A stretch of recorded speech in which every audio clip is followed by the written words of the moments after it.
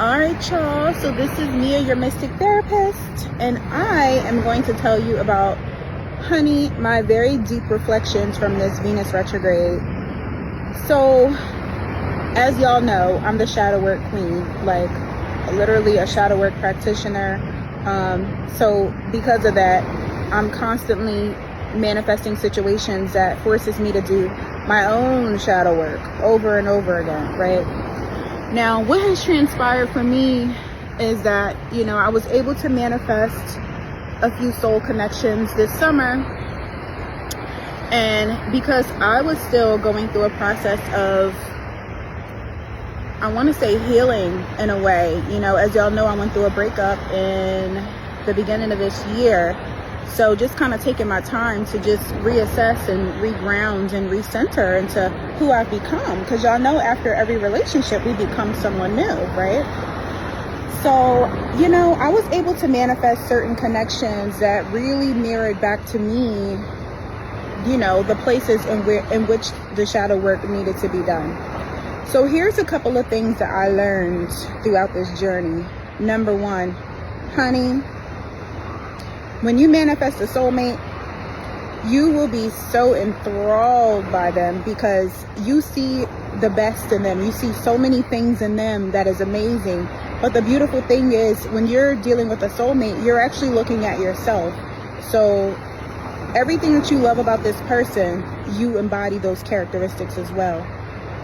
Now, your soulmate is actually going to mirror back to you your own darkness as well. So everything that you haven't healed from, everything, that could trigger you, your partner may unconsciously do this as well. So something that I've learned is that, darling, when it comes to this dating and relationship world, people are ruled by these core wounds, these core limiting beliefs that they have that, they developed in their wounded, childhood with their families. So those particular beliefs are, number one, I don't even want to say it, honey, but number one, I'm not good enough. Number two, I'm not worthy. Number three, I'm not worthy of love. Number four, fear of rejection. Number five, fear of abandonment, right? What else? Fear of commitment. So many different fears. And what happens is we unconsciously trigger each other. Now, what happens from that space? Now, this is where we bring in the talk about attachment styles, right? So when someone has a secure attachment style, that usually means that, they were raised in a pretty healthy dynamic with their families. When they cried, their family picked them up and was there for them, but they also still had a sense of autonomy. But what happens when you have emotionally abusive or emotionally neglectful or absent parents or any kind of abuse type of energy when you're a kid, you may tend to develop an insecure attachment style. Now, there's so many different types of attachment styles. I mean, we have dismissive avoidant, which they avoid, they shut down, they run away from love, they stonewall. If you get too close, they push you away. They tend to become overly critical of them. They're always critical of themselves. They're always critical of their partners in order to keep things away or keep love away, because to them, love is not safe, right? Most of the time they experience like emotional neglect in some way as a kid. And then we have anxious attachment style, maybe people who really struggle with it. These can be triggered by like certain abandonment wounds that manifested in childhood, but maybe the way that the anxious attachment style person, how their trauma may show up is if they find themselves feeling like you're going to leave them or, you're abandoning them, they may become very anxious and they may become clingy or like, their sense of stability within is off until the person that is on the dismissive person, because usually when you have an anxious attachment style, you tend to attract more dismissive attachment style people or avoidant people, right? So the anxious attachment style person, those be the people that they start stalking you, they cry when you go to work, stuff like that. Then you have the fearful avoidant attachment style, which, usually with fearful avoidance, you want love so much, you crave it, but you don't trust it. You don't trust your caregiver. So those are people who usually struggle with like trust issues. Maybe in some way, shape, or form their caregiver wasn't fully there for them. You know what I'm saying? Or they couldn't trust their loved ones, or they don't trust love, you know. So it's a lot. So what happens in this dating world is we have these core wounds, and then when they get triggered, everyone has their own unique way of dealing with it, depending on their attachment style. And usually their attachment style, if it's not secure, may trigger someone else's attachment style. And then you're just this ball of wounded inner child energy, darling. And until we do that shadow work, until we know what's actually going on, until we do our inner child work, that shit is very painful, right? Very, very painful and just uncomfortable. And the thing about it is, we don't have to be fully healed to have a healthy relationship. No, you just have to be willing to do the work necessary. Like when you become triggered, saying like, I'm triggered right now. You know what I'm saying? And being willing to look within and assess like, where is that coming from? And pausing before responding, you know? Those are some things that I think is really missing when it comes to relationships. And it's so unfortunate because in this society, they are just, because the powers that be, quote unquote, the people who control the world, the 1%, they don't want us to have healthy relationships and families, because they would lose control if it was like that. They would lose control if the gods and goddesses came together, right? Oh my gosh, there's a freaking crab right in front of me. Ah. Okay, it left, but is it gonna come back? I don't know. I didn't like that. What do I do? I don't know. Okay, I'm just gonna sit here, I guess. Hopefully it doesn't come back.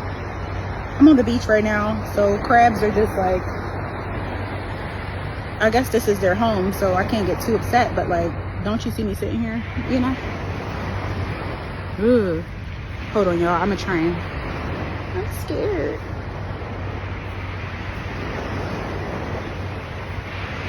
I'm scared, y'all. I'm trying to cover the hole so it doesn't come up. I'm scared. But it's okay. I think they're more afraid of us than we are of them, so I should be okay.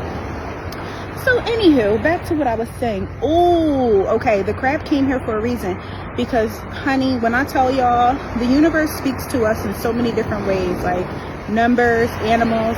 The thing about crabs, and it was a part of my lesson in this Venus retrograde, is to be a little bit more direct in addressing situations, right? Because with crabs, they tend to kind of like sidestep and like be in a shell and go around, and a fear of vulnerability and all this stuff. But something that I've been forcing myself to do is just be more vulnerable this year, this summer. Hold on.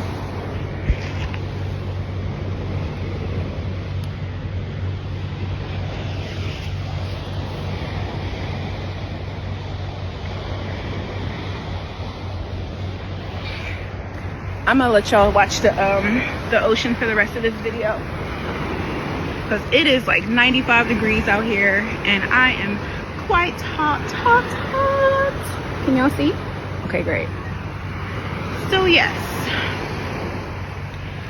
we need to do shadow work as a collective in order for us to have those healthy, loving relationships that we all deserve and desire. It's easy to attract love. It's easy to attract a partner, for me and for everyone, right? But how do you make love last? Because I know everybody, they say they like being single and this, that, and the third. And don't get me wrong, like being single is pretty nice. Like I'm definitely a relationship type of person, but my couple of months of being single hasn't been so bad. You know? But what I will say is, we all desire that one person that we just love so much and we can spend the rest of our lives with. But how do you make that love last? And how do you maintain balance? And how do you maintain the love and the chemistry and the sexuality and the polarity, darling, and the attraction the joy, the happiness, the playfulness? How do you maintain all that in your relationships? Well, that is a journey that I am personally going on to discover for all of you. And not only am I going on that journey within my own personal life, but also tons and tons of research, tons and tons of journeying into the astral plane to connect with the ancient gods and goddesses who guide me. And I will be coming back here to deliver all of that to y'all. Now, in order for us to obtain and maintain these dynamics when we manifest them, we do have to do our shadow work. So I will be here to guide y'all through that as well. So lessons in love, lessons with Venus retrograde. Number one, know your worth, right? Don't let nobody treat you like you're not who you really are. And if you ever find yourself doing that, understand that that's just a wounded aspect of yourself that's controlling the show. Through going and doing some shadow work, you'll be like, oh, all right, let me set this boundary real quick. This is not going to work. So make sure you set your boundaries. Know your worth, like I said. Number 3, understand your own trauma. Get to know yourself. Get to know your strengths and your weaknesses and what you need to work on. And do your best to navigate towards developing a secure attachment style so that you can have a healthy, loving relationship. Because it's so easy to find somebody or be in a, meet somebody that want to be in a relationship. Like, that's easy, But at this stage in my life, darling, it's only healthy relationships is appealing to me.